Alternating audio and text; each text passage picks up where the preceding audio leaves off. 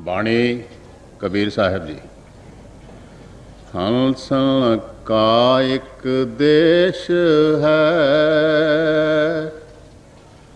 तहाँ जाए ना कोई, काग वरन छूटे नहीं, कस हंसा होए, कस हंसा होए। संत कबीर साहब जिनकी वाणी हम सुन रहे हैं, ये निर्गुण उपासना करने वाले थे। और हमारे हजूर प्रनूर जो फरमाया करते थे कि जो प्रभु सत्ता है, जो परमात्मा की ताकत है, वो तो दोनों निर्गुण और सगुण दोनों को ताकत देने वाली है। तो ये उनकी वाणी है। देखिए वो रूहानियत के राज किस खूबसूरती से खोल रहे हैं। वो जब बताते हैं कि एक्सट्रीम कैटेगरीज हैं इंसान की, हंस होते हैं। अब जो हंस का शब्द है, ये परमार्थ में ऐसी व्यक्ति के लिए इस्तेमाल किया जाता है जिसने जिंदगी और मौत के मेमे को सुलझाया हो, जो प्रभु से एकमिक हो गई हो।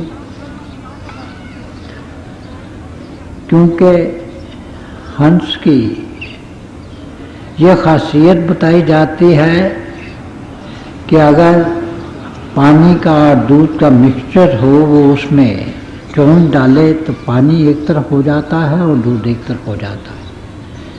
उसमें डिस्क्रिमिनेशन आ जाती है। और यही जो विवेक है जिसमें आ जाए, वही हंसगति को प्राप्त करता है। अब ये हमारे धर्म ग्रंथों का तत्व है और ये प्रभु से प्रार्थना की गई है कि आप प्रभु मुझे असत से सत्य की तरफ ले चल, मुझे अंधेरे से प्रकाश की तरफ ले चल। तो ये जो विवेक है असत्य और सत्य में, जिसमें वो विवेक की ताकत आ जाए, वही हंस कहलाता है। फिर जो प्रभु को मिलने का रास्ता है, वो तो प्यार का रास्ता है, वो तो प्रेम का रास्ता है। दशमेश पिता ने यह फरमाया कि साच कहूँ सुन लेओ सभे, जिन प्रेम कियो जिन्हें। वो तो अहंकार का रास्ता नहीं है, खुदी का रास्ता नहीं है, इंटेलेक्ट का रास्ता नहीं है, ईगो का रास्ता नहीं है। वो तो अपने आप को प्रभु के हवाले करने का रास्ता है। हम हर वक्त काम, क्रोध, लोभ और अहंकार न फंसे रहते। हम उससे छुटकारा नहीं पा सकते। इंसान की हालत जो है वो बड़ी अजीब है। और जो प्रभु की जो रचना है, ये भी बहुत अजीब है। तो हम किसी न किसी ये जो टेम्पटेशन का जाल है, उसमें फंस जाते हैं। तो ये इंसान के बुते की बात नहीं। हमारी जितनी भी सेंसेस हैं, इंद्रियां हैं, इस वक्त बाहर की तरफ खुली हुई हैं। ये कहा जाता है कि 83% जो हमारे ख्याल है वो आँखों के जरिए बाहर जाते हैं। इसी तरह से हमारे कान हैं, कोई बाहर का संगीत होता है, सेंसुअस म्यूजिक होता है तो उसकी तरफ खिंच जाते हैं। 13% ख्यालात कानों के जरिए बाहर जाते हैं। और फिर हमारे सुनने की इंद्री है, जायके की इंद्री है, स्पर्श की इंद्री है। हर वक्त हमारे ख्यालात बाहर जाते रहते हैं। अब जो हमारी तवज्जो है वो बाहर मुखी है। और जो रूहानियत का रास्ता है ये तो अंतर्मुखी,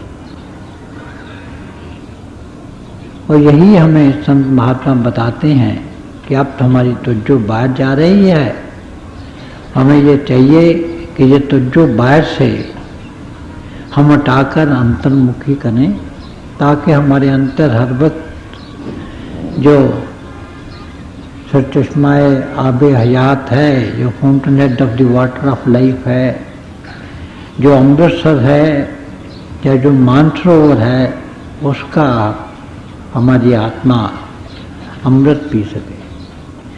अब ये जो 5 हमारे साथ डाकू लगा दिए गए हैं, काम, क्रोध, लोभ, मोह, अहंकार, वो जो अमृत है उसे वो पीते रहते हैं और इंसान तो सोया रहता है। हमारी अजीब हालत है। कुर्बानी में आया है कि हम भी सोए हैं, हमारे माँ बाप भी सोए हैं, हमारे उस्ताद भी सोए हैं। कुछ सोए हुए को सोया हुआ कैसे जगा सकता है? हमारी कौवे की वृत्ति है, हम काम, क्रोध, लोभ और अहंकार और माया में हर वक्त उलझे रहते हैं। मगर जो ऐसी प्रभुरूप हस्तियाँ होती हैं जो प्रभु से एकमुख होती हैं और जो हमें प्रभु से मिला सकती हैं, और हमारी वृत्ति जो है ये कौवे की है, तो हम दोनों एक्सट्रीम्स हैं। और इंसान के लिए अगर कोई उम्मीद है तो ये यही है कि वो अगर किसी ऐसे महापुरुष के चरणों में पहुंच जाए, या सही मायनों में अगर कोई ऐसा महापुरुष उसे अपने चरणों में बुला ले, तो फिर उसे नामदान दे देता है, जीते जी बनने की विद्या सिखा देता है, और धीरे धीरे उसकी आत्मा को जिस्म और जिस्मानियत से ऊपर ले आता है, और रूहानी मंडलों से गुजार कर जाके प्रभु से मिला देता है। और यही हमारी जिंदगी का ध्येय भी है। सब महापुरुषों ने एक ही बात कही है, और वो ये है कि जो इंसानी जिंदगी है वो सबसे ऊंची जिंदगी है। 84 लाख जिया जून में से अगर कोई सबसे ऊंची जूनी है तो वो इंसान की है। इसे अशरफुल मखलूक़ात भी कहा गया है, नारायणी देव भी कहा गया है, roof and crown of creation भी कहा गया है। तो हमारी जिंदगी का ध्येय यही है सबसे बड़ा, कि हम अपने आप को जानें और प्रभु को पाएं। ये बता रहे हैं। मगर इस ध्येय को पाने के लिए हम लोग विवेक की शक्ति आनी चाहिए, हमें हंस बनना चाहिए। मगर हम दुनिया के झंझटों में उलझ जाते हैं। हम तो ये भी भूल जाते हैं कि हम आत्मा हैं। आप दिल में एक निगाह डाल के देखिए, हम जब बात करते हैं तो ऐसी बात करते हैं कि मैं आसमान से तारे तोड़ लाऊंगा, मैं ये कर दूंगा, मैं वो कर दूंगा। और जब हम मैं की बात करते हैं तो अपने जिस्म की बात करते हैं, अपनी बुद्धि की बात करते हैं। हम अपनी आत्मा की बात नहीं करते, क्योंकि हमें तो इस बात का ख्याल ही नहीं है कि हम में आत्मा भी वास करती है। ये जो हमारा जिस्म है, ये 3 चीज़ों का मरकब है। हमारी आत्मा है, बुद्धि है, और ये हमारा जिस्म है। मगर हम तो अपने आप को ये जिस्म ही समझे बैठे हैं। हम ये भूल चुके हैं कि हम इसके मकीन हैं, इसके रहने वाले हैं। हमारा जो निजगत है वो अनामी है। हमारी आत्मा ने जाके परमात्मा से मिलाप करना है। ये जो हमारी जिंदगी का ध्येय है, हमने उसके मतलब कभी सोचा ही नहीं है। हम तो अपने आप को जिस्म समझते हैं। तो जब भी हम बात करते हैं, हम अपने जिस्म के मुतालिक बात करते हैं, अकल के मुतालिक बात करते हैं। ये जो हकीकत है, ये जो सच्चाई है कि हम असल में आत्मा हैं, और हमारी आत्मा ही है जो हमारे जिस्म को ताकत दे रही है, हम तो उसे भूल चुके। और यही सबसे बड़ी भूल है, यही सबसे बड़ी माया है। माया नाम है भूल का। तो ये बताते हैं कि हमारी जो गति है वो कौवे की गति है, और प्रार्थना करते हैं कि आए प्रभु, तो जिस इंसानी पोल पे काम कर रहा है,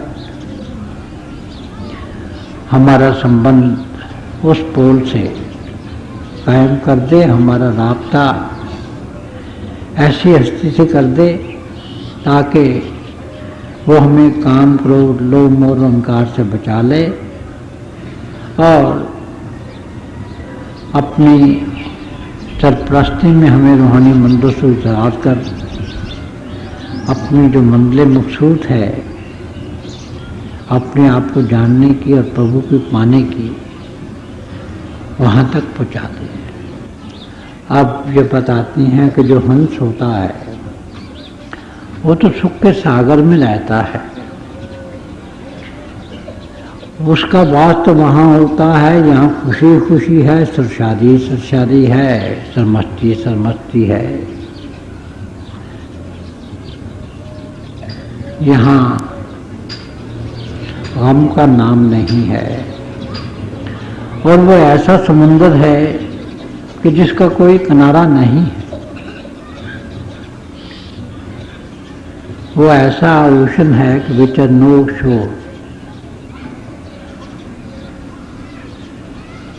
और हम तो बड़े महदूद दायरे में रहने वाले हैं।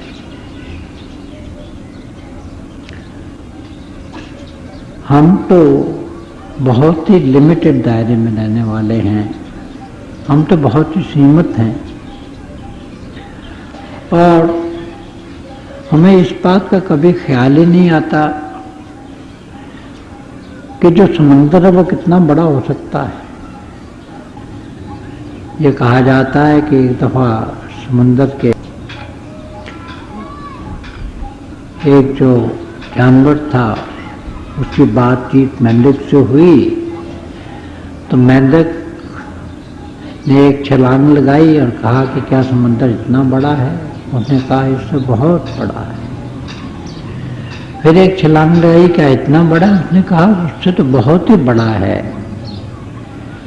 वो जो कुएं का मेंढक था, उसने कुएं का चक्कर लगाया और इतना बड़ा है, उसने कहा इसका और समुद्र का कोई मुकाबला नहीं है, वो इससे तो अरबों गुनों बड़ा है। तो मेंढक करने लगा, भाई मेरी समझ में तेरी बात नहीं आती है। मेरी समझ में तो जितना ज़्यादा से ज़्यादा कोई पानी का इकट्ठ हो सकता है, वो एक कुआं ही हो सकता है। तो यही हमारी बात है, हमारी अक्ल बड़ी महदूद है। जो इश्क है वो लामहदूद है। मेरा एक मिस्सा है कि मैं आप जो हूँ मुझे बहरे बेकरां करते हैं, तो मैं तो एक छोटी सी नदी हूँ। जो आपने देखा है कि जब नदी पहाड़ों से निकलती है तो बहुत छोटी होती है, पानी बहुत कम होता है, मगर जब वो समुद्र में जाके मिलती है तो समुद्र का तो कोई किनारा नहीं होता, और ख़ास करके इश्क के समुद्र का। तो इसी तरह से हमारी आत्मा को ये एहसास ही नहीं होता कि प्रभु कितना वसी है, कितना वास्ट है, कितना लिमिटलेस है। हम कोई रूहानियत की बात भी करता है तो उसे अपनी जो सीमित बुद्धि है, जो महदूद अकल है, उसके लिहाज से समझने की कोशिश करते हैं। और गुजरती बात है कि जो लामहदूदियत का काम है, जो लामहदूदियत की बात है उसे एक लिमिटेड बुद्धि वाला कैसे समझ सकेगा। तो यही तो बताते हैं कि वो तो सुख के सागर की बात है और हम हैं कि हम भौतिकवाद में फंसे हुए हैं। हम काम क्रोध लोभ मोह अहंकार में फंसे हुए हैं। हम जो हमारी सेंसेस है उसके शिकार होते हैं, उसके विक्टिम होते हैं। तो हम उसके लामहदूदियत जो है उसको कैसे समझ सकते हैं। हमें उसका अंदाजा ही नहीं हो सकता और उसका अंदाजा तभी हो सकता है जब कोई प्रभु रूप हस्ती हमें अपने चरणों में बुला ले और अपने साथ हमारा डायरेक्ट राब्ता कायम कर ले, डायरेक्ट तल्लुक पैदा कर ले और हमें महदूदियत से लामहदूदियत की तरफ ले जाए। हम बहुत सीमित हैं, उससे हमें वो असीम कर दे। हम तो बहुत लिमिटेड हैं, उससे हमें वो लिमिटलेस बना दे, तो तभी हमारा कल्याण हो सकता है। तो इसीलिए सब संत महात्माओं ने इसी बात पर जोर दिया है कि हम अपने आप को दुनिया के सामने जो हमारी असली हालत है उसी में पेश करें। और इसी बात के लिए हमारे हजूर पुन्नू ने पहली मर्तबा साइंटिफिक तौर पर एक सेल्फ इंट्रोस्पेक्शन डायरी, जो अपने जीवन के पड़ताल की डायरी बनाई है, उसमें बहुत से खाने हैं। एक तरफ जो खूबियां हैं वो बयान की गई हैं, दूसरी तरफ तारीखें दी गई हैं। पहला जो खाना है वो है अहिंसा का, दूसरा सच्चाई का, तीसरा पवित्रता का, चौथा जो है वो निष्काम सेवा का है, फिर नम्रता का है, फिर हमने कितना वक्त भजन और सिमरन में दिया है और अंतर में क्या तजुर्बा हासिल किया। और फिर हर एक खाने के 3 छोटे खाने हैं। अगर अहिंसा है तो हमने अपने मन से, अपने शब्दों से और अपने अमल से क्या क्या काम अहिंसा के विरुद्ध किए। तो अगर ये जो डायरी है, जैसा हमें हुक्म दिया गया है, उसे हम सोने से पहले प्रभु को हाजिर नाज़र जान के भरें, तो हमें सामने जाहिर हो जाएगा कि हम बगले हैं, जाके हंस हैं। हम सब अपने आप को हंसी समझते हैं, या अगर समझते नहीं भी हैं तो लोगों के सामने पेश अपने आप को एक हंस की तरह से करते हैं। मगर अगर हम ये डायरी को ठीक तरीके से बनना शुरू कर दें तो फिर हम देखेंगे कि हमारा नजरिया बदल जाएगा, हमारी जिंदगी में काया पलट हो जाएगा। हम हर एक चीज को सही नजरिए से देखना शुरू कर देंगे, हमारी राइट अंडरस्टैंडिंग बढ़ जाएगी। अब तो जो हमारी नजर है वही गलत अंदाज है। हमें जो ट्रू वैल्यूज ऑफ लाइफ हैं उनका कुछ इल्म ही नहीं है। हम हर गलत बात को सही मानते हैं। हम ये समझते हैं कि जो भी हमारे दिमाग में आशय है, जो एंड है, उसी अचीव करने, किसी तरह से कर ले, किसी को धोखा दें, किसी को फेक करें, जालसाजी करें, हम सब चीज़ें जायज समझते हैं। तो हमारी राइट अंडरस्टैंडिंग गलत नहीं होती। और जब तक हमारे राइट थॉट्स, राइट वर्ड्स और राइट डीड्स नहीं बनते, हम रूहानियत के रास्ते में तरक्की नहीं कर सकते। अब जो बगले हैं वो तो हर गलत बात को जस्टिफाई करने की कोशिश करेंगे, गलत ही करेंगे। हर कॉमन सेंस का आदमी समझता है भाई ये बात गलत है, बट दिक्कत यही है कि common sense is not very common these days। और जो हमारे मन का खासा है, मगर हमारा मन है कि उसे भी वो जस्टिफाई करेगा। हम दुनिया को तो धोखा देते हैं, हम अपने आप को भी धोखा देते हैं। और जब तक हम जो बगले भगत बनते रहते हैं, तब तक हम रूहानियत के रास्ते पे तरक्की नहीं कर सकते। रूहानियत के रास्ते में तुम तभी तरक्की करेंगे जब हमारा जीवन हंस का जीवन हो, जब हम अपने गुरु के बताए हुए रास्ते पे चलेंगे, जब हम उसके प्यार में, उसके इश्क में शाबोर हो जाएंगे, उसमें खो जाएंगे, जब हम अपना आपा जो है उसे भूल जाएंगे, दुनिया और दुनियादारी के झंझटों के ऊपर उठ जाएंगे। ये जो हमारी बुद्धि है, ये जो हमारी इंटेलेक्ट है, ये जो हमारी ईगो है, जब तक हम इस पर काबू नहीं पा लेते, हम हंस नहीं बन सकते, हम रूहानी इंसान नहीं बन सकते। और अगर हम इनसे ऊपर उठ जाएं और अपने आप को गुरु के हवाले कर दें, तो फिर हम रूहानियत के रास्ते पे चल सकते हैं। तो यही जो हमारी जिंदगी का लुब्बे लबाब है, ये कबीर साहब पेश कर रहे हैं कि अगर हम ये चाहते हैं कि ये जो हमारी जिंदगी का ध्येय है, अपने आप को जानने का, प्रभु को पाने का, खुशनासी का और खुदाशनासी का, सेल्फ नॉलेज का और गॉड रियलाइजेशन का, ये पूरा हो जाए, तो इसका एक ही तरीका है, वो ये है कि हम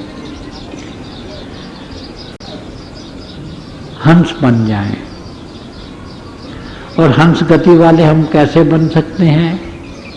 तभी बन सकते हैं ना कि जब हमारी सोबत हंसों के साथ हो, जब हम हंसों का संग करें।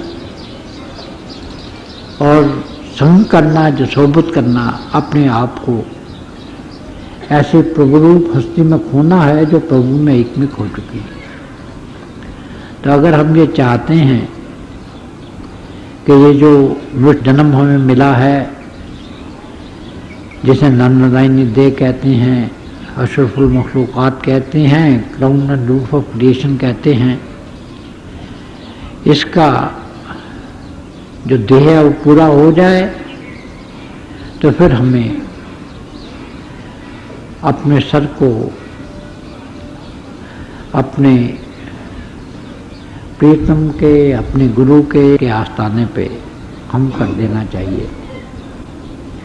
और जैसे वो हुक्म दे वैसे ही अपनी जिंदगी को ढालना चाहिए, क्योंकि इसी में हमारा कल्याण है। इसी जरिए हम हमेशा की सरखुशी, हमेशा की सुशादी, हमेशा की सरमस्ती पा सकते हैं। और इसी रास्ते पे चलकर हम हमेशा की मुक्ति पा सकते हैं, जो हमारी जिंदगी का ध्येय है। धन्यवाद।